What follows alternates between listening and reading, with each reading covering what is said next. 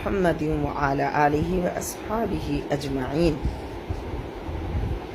وما محمد الا رسول، اور نہیں محمد صلی اللہ علیہ وسلم مگر اللہ کے رسول۔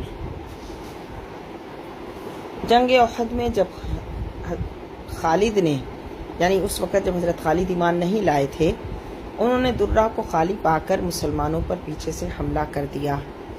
اس ناگہانی حملے سے خوف و ہراس کی لہر دوڑ گئی۔ ابن قمیہ نے پتھر مار کر حضور علیہ الصلوۃ والسلام کو شدید زخمی کر دیا تو یہ افواہ اڑ گئی کہ حضور شہید کر دیے گئے۔ اس خبر کا مشہور ہونا تھا کہ مسلمانوں کے اوثان خطا ہو گئے۔ بعض کمزور دل مسلمانوں نے یہ کہنا شروع کر دیا کہ کاش عبداللہ بن ابی ہمارے لیے ابو سفیان سے امن طلب کرے۔ بعض منافقوں نے یہ پروپیگنڈا شروع کر دیا کہ محمد علیہ الصلوۃ والسلام نبی ہوتے تو شہید کیسے کیے جاتے، آؤ اپنے دین کی طرف لوٹ جائیں۔ بعض ایسے جانباز تھے کہ اس مشکل وقت میں بھی ثابت قدم رہے۔